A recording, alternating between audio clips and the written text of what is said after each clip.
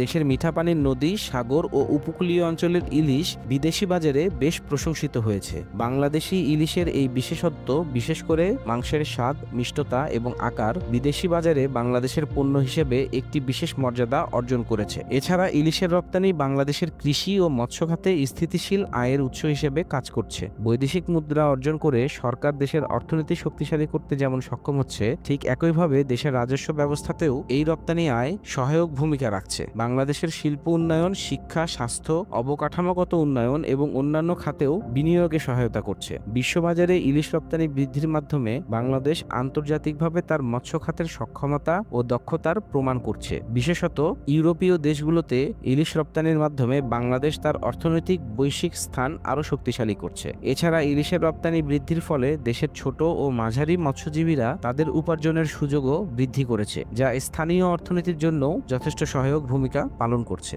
বাংলাদেশ সরকার ইলিশের রপ্তানির জন্য বিভিন্ন পদক্ষেপ গ্রহণ করেছে, যেমন আন্তর্জাতিক মানের শিকার ব্যবস্থাপনা, প্রক্রিয়াজাতকরণ পদ্ধতি, উৎপাদন বৃদ্ধি এবং স্থানীয় মৎস্যজীবীদের জন্য রপ্তানি বাণিজ্য সংক্রান্ত প্রশিক্ষণ প্রদান। এর ফলে বাংলাদেশের ইলিশ মাছ বিশ্বের স্থানীয় পণ্যগুলোর মধ্যে স্থান পেয়েছে, যা বৈদেশিক মুদ্রা আয় বৃদ্ধিতে সাহায্য করছে। ইলিশ মাছ বাংলাদেশের বৈদেশিক মুদ্রা অর্জন, জাতীয় অর্থনীতি এবং আন্তর্জাতিক বাজারে দেশের মর্যাদা বৃদ্ধিতে গুরুত্বপূর্ণ ভূমিকা পালন করছে। এর রপ্তানি বৃদ্ধি দেশের মৎস্য খাতের জন্য একটি টেকসই অর্থনৈতিক রূপরেখা তৈরি করছে, যা ভবিষ্যতে আরও বেশি বিদেশি মুদ্রা আয়ের সুযোগ সৃষ্টি করতে সক্ষম হবে।